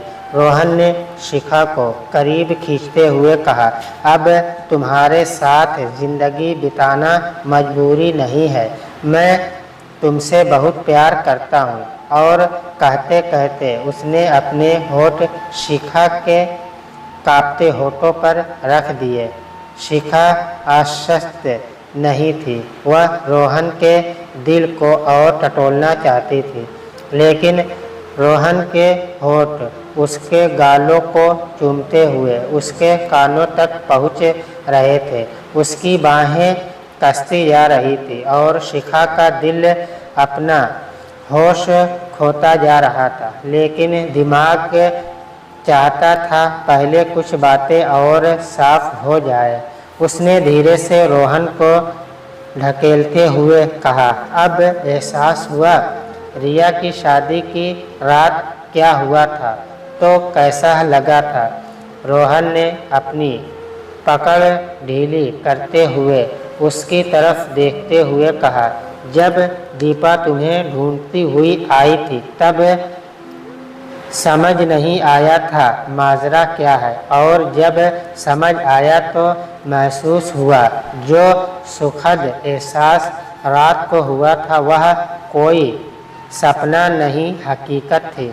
यह भी एहसास हुआ कि अनजाने में बहुत बड़ी गलती हो गई है, परंतु जब सबने मुझे गुनहगार की दृष्टि से देखना शुरू कर दिया तो बहुत गुस्सा आया, खास तौर से जब तुम्हारी मम्मी ने बिना बात सुने मुंह पर दरवाज़ा बंद कर दिया था। मैं भूखा प्यासा इतनी दूर गाड़ी चलाकर गया और उन्होंने मुझे अपना पक्ष नहीं रखने दिया। बोलते बोलते वह चुप हो गया। शिखा बोली, मैंने जब कमरे में आपकी तस्वीर देखी और दीपा से आपके बारे में सुना था तो बहुत प्रभावित हो गई थी। आपके व्यक्तित्व से घंटों बात करती, आपकी तस्वीर से एक ही बात मन में आती, पता नहीं आपसे मुलाकात होगी कि नहीं। जब मिलेंगे तो आप मेरे बारे में क्या सोचेंगे। आपको मैं उतनी अच्छी लगूंगी कि नहीं जितने आप मुझे लगने लगे थे। 2-3 दिन तक मन में यही विचार उठते रहते थे। आपके साथ कुछ हसीन सपने भी देखने लगी थी, लेकिन जो हुआ वह बहुत उलट हुआ। रात को जब कमरे में आई थी तो कसम खा सकती हूँ कि कोई नहीं था कमरे में। मैंने कमरे में आकर रोशनी जलाकर अपने कपड़े वगैरह बदले थे। रोहन कुछ सोचता हुआ बोला, हो सकता है मैं बाद में आया हूँ, कुछ थकान और कुछ नशे में मैं सीधे अपने कमरे में आकर सो गया। लाइट भी नहीं जलाई। सोचा था बस 1 घंटे की झपकी लेकर विदा के समय खड़ा हो जाऊंगा। मुझे मालूम नहीं था माम ने मेरा कमरा तुम तीनों लड़कियों को दे रखा था। बहुत बड़ी गलती हो गई। मैं आज तुमसे अनजाने में किए गए अपने उस अपराध के लिए माफ़ी मांगता हूँ। शिखा ने रोहन का हाथ पकड़ते हुए पलंग पर बैठते हुए कहा। उस समय तो हतप्रभ रह गई थी। विश्वास ही नहीं हुआ ऐसे कैसे हो गया मेरे साथ वो सब। बहुत दुखी और निराश थी। होश नहीं कैसे घर पहुंची, और दुख का सबसे बड़ा कारण था कि जो कुछ हुआ उसके पीछे आप थे। तब ये नहीं समझी थी आपसे भी अनजाने में हुआ था यह सब। माँ को देखकर और संताप बढ़ गया। मेरे कारण उनका दुख और बढ़ गया था। पहले जीवन में इतना संघर्ष किया था, उन्होंने इतना दुख झेला था, और अब उनको खुशी देने के स्थान पर और परेशानी का कारण बन गई थी। आप पर भी क्रोध बढ़ता जा रहा था। माफ़ी मांगने आए नहीं, यह जानने की कोशिश नहीं की कि मैं ठीक हूँ कि नहीं। आपके कारण मुझे इतनी यातना झेलनी पड़ रही थी और आपको अपनी जिम्मेदारी का कोई होश नहीं था। रोहन आश्चर्य से बोला, मैं उस दिन आया था माफ़ी मांगने, लेकिन मम्मी जी ने मेरी बात तक नहीं सुनी। शिखा बोली, हाँ, मुझे बहुत बाद में पता चला। तब तक मैं आपको बहुत गैर जिम्मेदार इंसान समझती थी। माँ ने मुझे नहीं बताया। सोचती होगी इस घटना को भुला देना मेरे लिए ठीक रहेगा, तभी तो चाहती थी मैं आगे पढ़ूं या नौकरी करके अपने पैरों पर खड़ी हो जाऊं और यह सब बातें भूल जाऊं। रोहन दुखी स्वर में उनकी घृणा देखकर तो मैं घबरा ही गया था। मुझे ऐसा लगा वह मुझे पुलिस के हवाले कर देगी या मेरा खून कर देगी। शिखा उदासी भरी आवाज़ में बोली, हाँ, उस दिन तो बहुत क्रोधित और दृढ़ थी, कुछ भी कर सकती थी। उन्हें लगा उनकी ज़िंदगी की कहानी पुनः दोहराई जा रही है। वे ऐसी मजबूरी की शादी के सख्त खिलाफ थी और अगर नियति घर में नहीं आती तो कभी भी इस शादी को मंजूरी नहीं देती। रोहन बोला, तो क्या उन्होंने ज़बरदस्ती बिना अपनी रजामंदी के शादी की थी? शिखा बोली, मुझे भी अभी यह सब बातें पता चली है, जो बहुत दुखद थी। शिखा आगे कुछ और कह पाती कि नियति ने रोना शुरू कर दिया। रोहन ने नियति को गोद में उठा लिया और चुपकारने लगा, लेकिन वह चुप नहीं हो रही थी। शिखा ने उसको लिया और डायपर बदला। वह तब भी रोती रही। शिखा ने झेपते हुए कहा, नियति को भूख लगी है, आपको बाहर जाना पड़ेगा। रोहन को आश्चर्य हुआ, वह बाहर क्यों जाए? फिर समझ गया, उसके सामने शिखा नियति को स्तनपान कराने में झिझक रही थी। उसकी शादी सामान्य नहीं थी। दोनों की शादी को भले ही कई महीने हो गए थे, लेकिन अभी एक झिझक सी दीवार थी उन दोनों के बीच में। वह अनमने मन से बाहर चला गया। उसे समझ में आ गया था उसे ही यह दीवार तोड़नी पड़ेगी। शिखा को स्वयं अजीब लग रहा था रोहन को बाहर भेजते हुए, लेकिन वह इतनी देर में ही शर्म से पानी पानी हो गई थी। सुबह रोहन जल्दी ही शिखा के कमरे में आ गया और रोती हुई नियति को गोद में लेकर घुमाने लगा। शिखा फिर असहज रो रही थी। बिखरे बाल, अस्त व्यस्त कपड़े कैसे कंबल में थे। निकल कर बाथरूम जाए। रोहन ने उसकी तरफ देखते हुए कहा, क्या हुआ? उठकर फ्रेश हो जाओ, ब्रश नहीं करना क्या? शिखा धीरे से बोली, आप नियति को लेकर बाहर जाओ, मैं 10 मिनट में आती हूँ। रोहन जोर से हंसता हुआ बोला, मैडम, आदत डाल लो, बार बार मैं बाहर नहीं जाऊँगा। आज शांति से कहकर तुम्हारा सारा सामान मेरे कमरे में स्थानांतरित करवा रहा हूँ, फिर मेरे कमरे में से मुझे बाहर जाने को कैसे कहोगे? शिखा घबराकर बोली, नहीं, अभी 1-2 हफ्ते और रुक जाते हैं। उसकी अजीब स्थिति थी। रोहन के साथ एक कमरे में रहने के नाम पर मन में कुछ कुछ हो रहा था तो घबराहट भी हो रही थी। रोहन मुस्कुराते हुए बोला, नहीं, अब तो एक दिन का भी सब्र नहीं हो रहा है। तुम दोनों में मेरी जान बसती है। चलो उठो, जल्दी करो, आलस मत करो। शिखा ने कंबल के अंदर अपने कपड़े जैसे तैसे ठीक किए और फुर्ती से बाथरूम में घुस गई।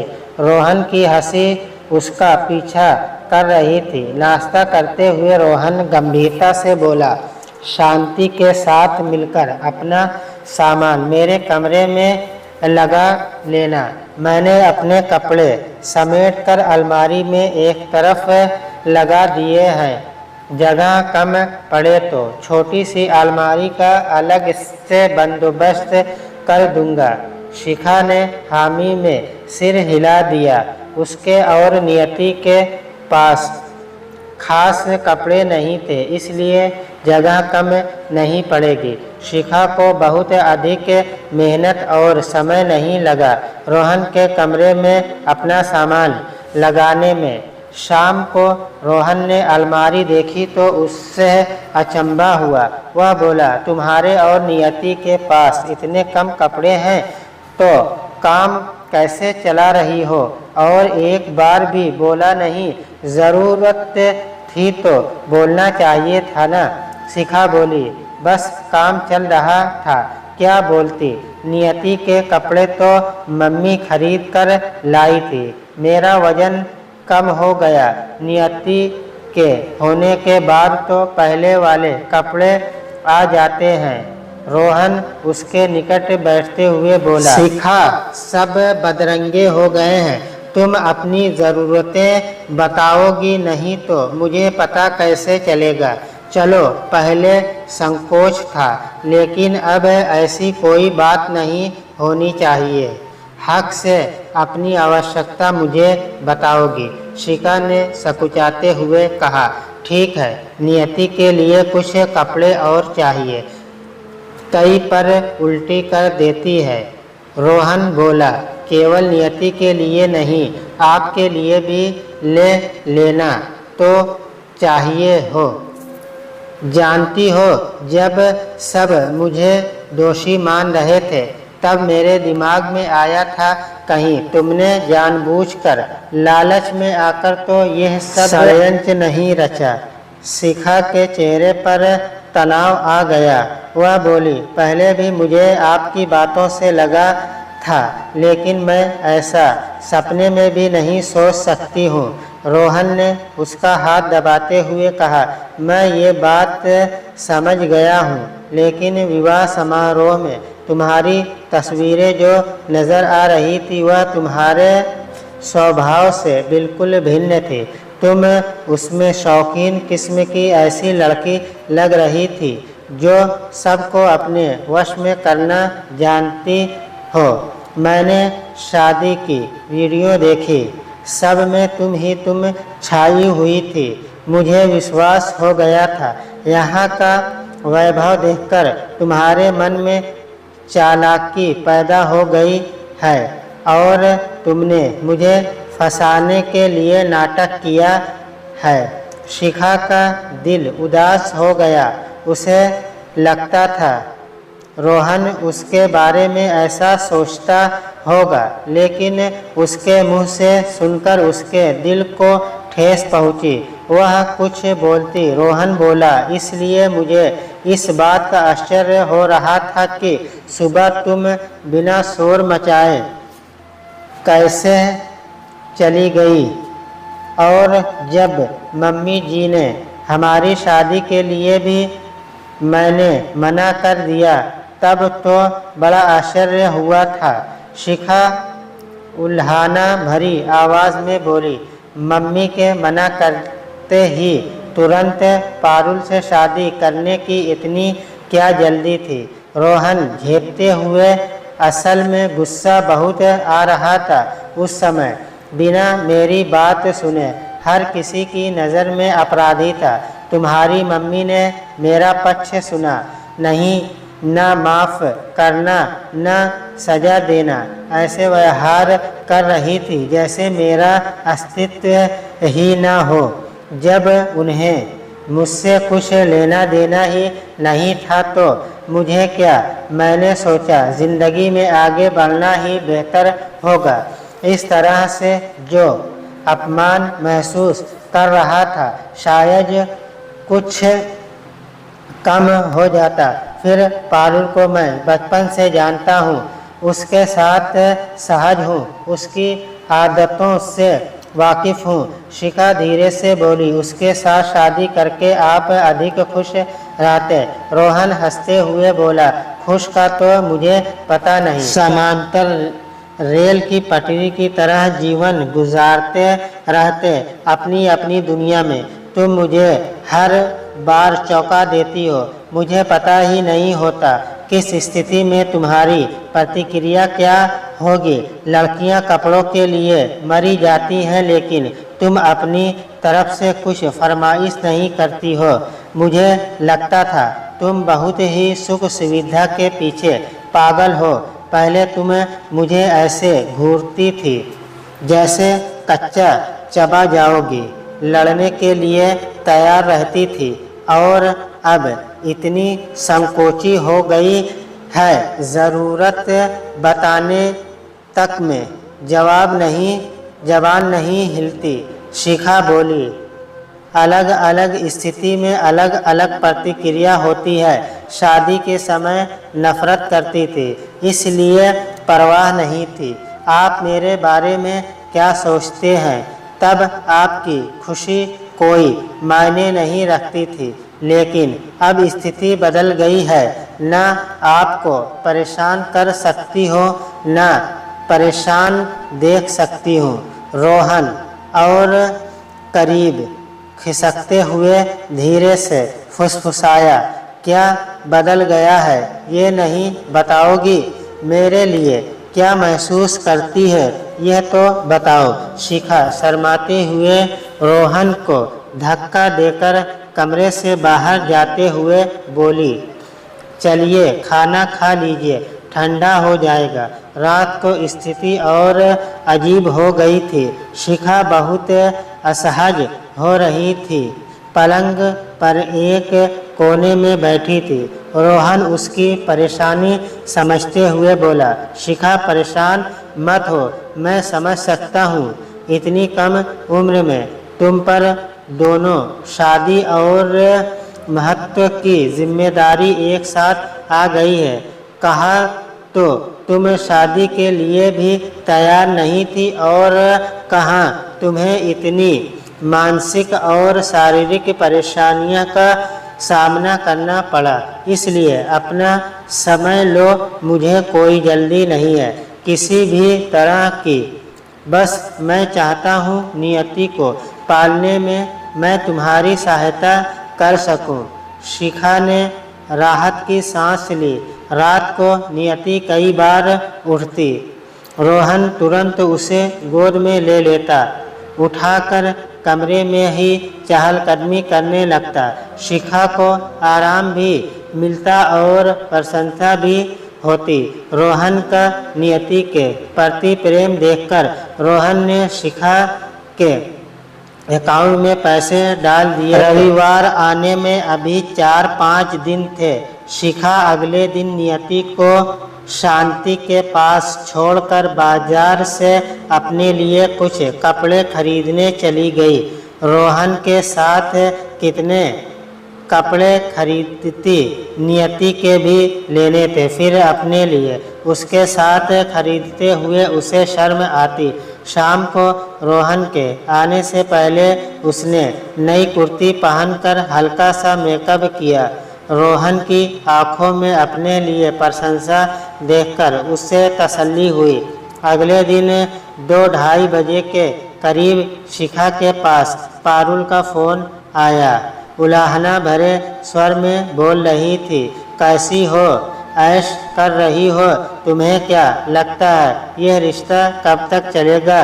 तुम और तुम्हारा रहन सहन कितना गंवार है। कब तक रोहन उसे बर्दाश्त करेगा? शिखा ने बीच में उसे टोकते हुए कहा, अपनी बकवास बंद करो। रोहन जी ने कहा है वह तुमसे प्रेम करते हैं, इसलिए मुझे तुम्हारी बातों में कोई दिलचस्पी नहीं है। पारुल हंसते हुए बोली, तुम चाहे तो घर में पालना चाहो पाल लो। रोहन ने शादी केवल उस बच्ची के कारण की है। वह मुझसे अब भी मिलता है कैफे ब्लू में, आज भी मुझसे मिलने आएगा 5 बजे के करीब। तुम्हें विश्वास न हो तो आकर देख लेना। वैसे एक सलाह दे रही हूँ, अगर रोहन को बांधे रखना चाहती हो अपने से तो थोड़ा स्मार्ट कपड़े पहना करो, कहकर पारुल ने फ़ोन काट दिया। शिखा को पारुल की बातें सुनकर बहुत गुस्सा आया। उसकी हिम्मत कैसे हुई इतनी बकवास करने की, लेकिन उसके दिल में जो हल्की सी संशय थी, लकीर थी, उसको पारुल ने पुख्ता कर दी थी। उसे लगता था रोहन ने उससे रिश्ता केवल नियति के लिए जोड़ा था और अब नियति को सुरक्षित और खुशनुमा माहौल देने के लिए रिश्ता जोड़े हुए है। उसके दिमाग में विचारों का मंथन चल रहा था। वह इन बातों को नज़रअंदाज कर देना चाहती थी, लेकिन ऐसा हो नहीं पा रहा था। आखिर नियति को शांति के पास छोड़कर 5 बजे वह कैफे ब्लू पहुंच गई। वहां रोहन और पारुल को हंस हंस कर बात करते देख उसे बहुत हताशा महसूस हुई। शिखा को उम्मीद थी रोहन वहां नहीं होगा और पारुल की बात झूठी साबित हो जाएगी। वहां से तो शिखा अपनी उपस्थिति जाहिर किए बिना खामोशी से आ गई, लेकिन दिल में हाहाकार मचा हुआ था। यह तो वह समझ गई थी कि यह पारुल का षड्यंत्र है। उसे फ़ोन करके बुलाया और रोहन को अपनी दोस्ती का वास्ता देकर बुला लिया होगा।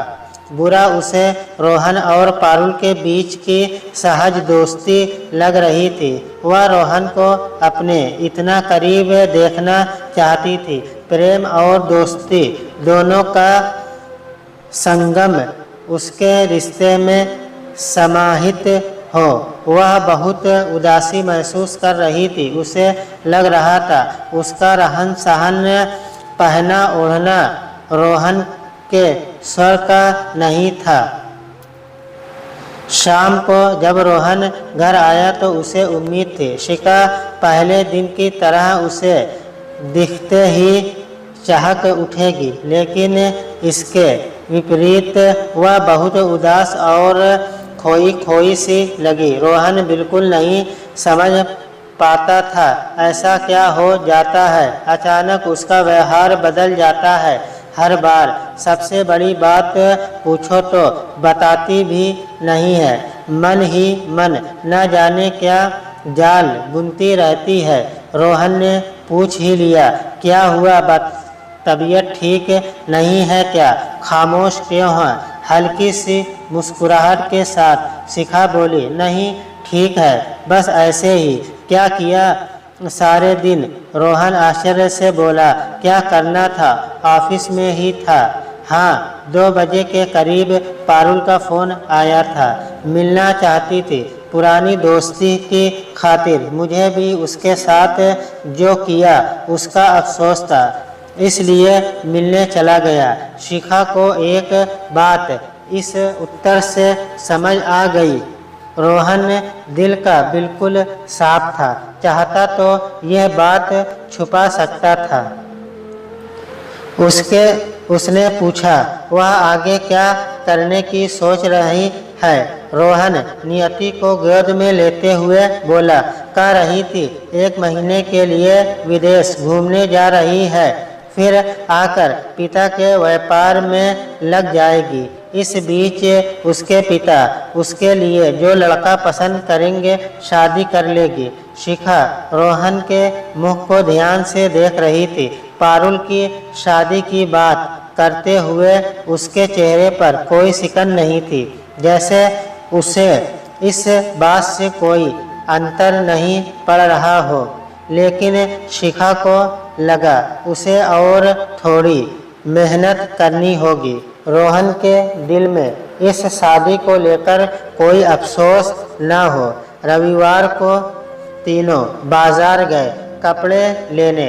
नियति के लिए एक से एक सुंदर कपड़े और खिलौने रोहन ने शिखा के साथ पसंद करके खरीद लिए। फिर शिखा को बोला, तुम भी अपनी पसंद की कुछ और कपड़े खरीद लो, मैं तब तक नियति को संभालता हूँ। शिखा असमंजस में थी, कैसे कपड़े खरीदे।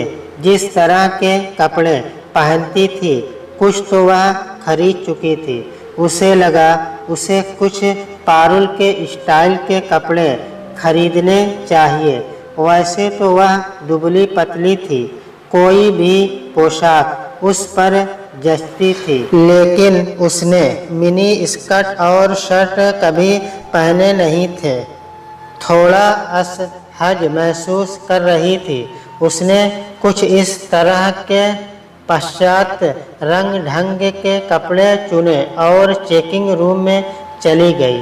मिनी स्कर्ट और टैंक टॉप पहनकर जब बाहर आई तो असहज महसूस कर रही थी। फिर भी रोहन के सामने झूठे आत्मविश्वास के साथ खड़ी होकर पूछ रही थी, कैसी लग रही हूँ। रोहन ने मुस्कुराते हुए कहा, बहुत सुंदर, तुम पर सब तरह की पोशाकें फबती है। सुनकर शिखा को अच्छा लगा, लेकिन वह इतना असहज हो रही थी, बार बार स्कर्ट को नीचे की तरफ खींच रही थी। दूसरी पोशाक शिखा एक काली नेट की वन पीस पहनकर आई। उसको पहनकर चलते हुए बहुत सचेत हो रही थी, कहीं हवा के कारण उठ न जाए। रोहन उसके निकट आकर बोला, शिखा तुम कुछ भी पहनो सुंदर लगती हो, फिर क्यों ऐसी पोशाक चुन रही हो जिसमें तुम सहज नहीं महसूस कर रही हो।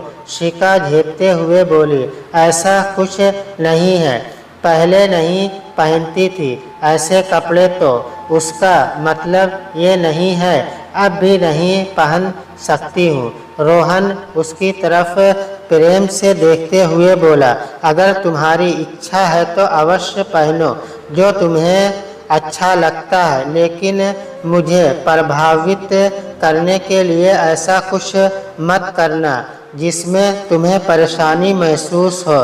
तुम्हारी सादगी, तुम्हारा व्यवहार तुम्हारी खूबसूरती को इतना बढ़ा देते हैं कि तुम्हें बाहरी आडंबरों के बारे में सोचने की आवश्यकता नहीं है। तुम जैसी हो मुझे वैसी ही बहुत अच्छी लगती हो। शिखा को अपनी ओर अपलक देखते हुए वह बोला, यकीन मानो सच बोल रहा हूँ, तुम मुझे नफरत और गुस्से में घूरती थी, हर समय मुझसे लड़ने को तैयार रहती थी, बिना बाल बनाए बदरंगे कपड़े पहने घूमती रहती थी, फिर भी मुझे तुमसे प्रेम हो गया। शिखा को लगा वह रोहन को ठीक से समझी ही नहीं। वह सुलझा हुआ इंसान है जो उसे प्रेम और सम्मान दोनों देगा। उसकी आंखें नम हो गई, वह बेकार इतना परेशान हो रही थी। वह रोहन के सीने से लग गई। रोहन की गोदी में नियति थी जो दबाव महसूस कर रोने लगी। रोहन हंसते हुए बोला, मेरी बाहों में दो लड़कियां हैं, दोनों ही रो रही हैं। एक को चुप कराना मुश्किल, दो को कैसे चुप कराऊंगा।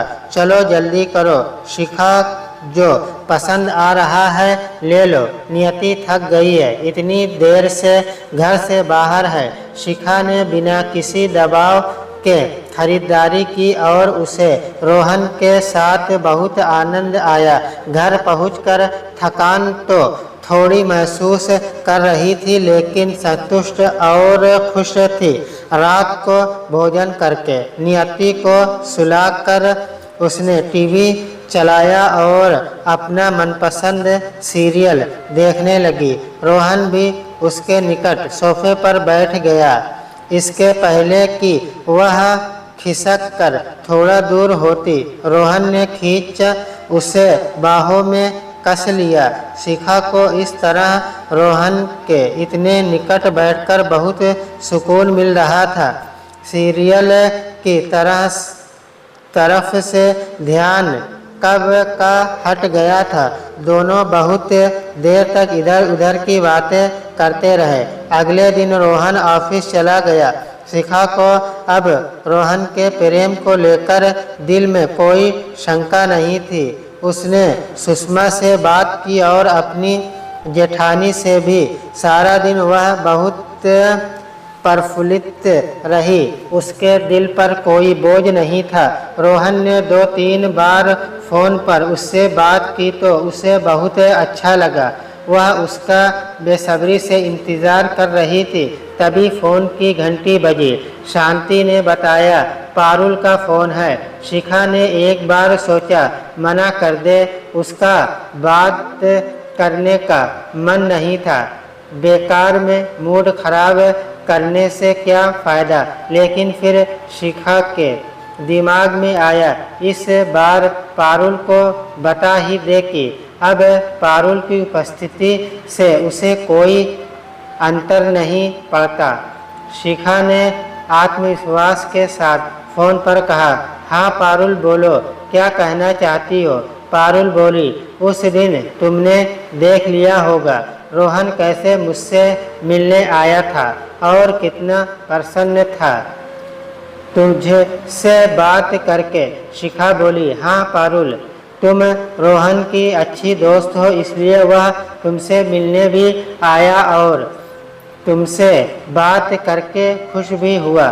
लेकिन मेरा रिश्ता अब रोहन जी से दोस्ती से कुछ अधिक है, इसलिए तुम्हारी इन बेकार की बातों से हमारे रिश्ते में कोई अंतर नहीं पड़ने वाला। पारुल हंसते हुए बोली, इस गलतफहमी में मत रहना।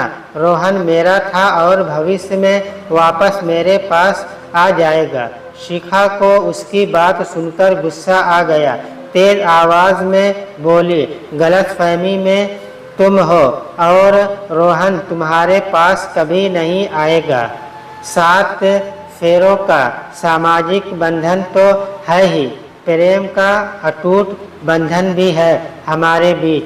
रोहन मुझसे बहुत प्यार करता है और मैं भी उनसे उतना ही प्रेम करती हूँ। पारुल बोली, तुम केवल उसकी दौलत से प्रेम करती हो। शिखा चिल्लाते हुए बोली, दौलत से नहीं, मैं रोहन से प्यार करती हूँ और मैं उनकी खुशी के लिए कुछ भी कर सकती हूँ। मेरे प्राण बसते हैं उनमें, मैं उनसे बहुत प्रेम करती हूँ। तभी उसे लगा उसके पीछे कोई आकर खड़ा हो गया है।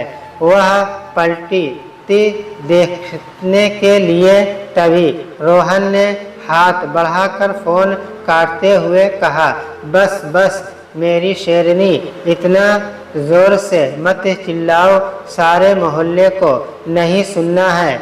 मुझसे धीरे से कहते हुए शर्म आ रही थी और अब मोहब्बत का इजहार करने ज़ोर ज़ोर से चिल्लाकर कर रही हो। फिर पीछे से उसको बाहों के घेरे में लेते हुए बोला, मुझे बहुत खुशी है तुमने मेरे प्रेम को स्वीकार किया।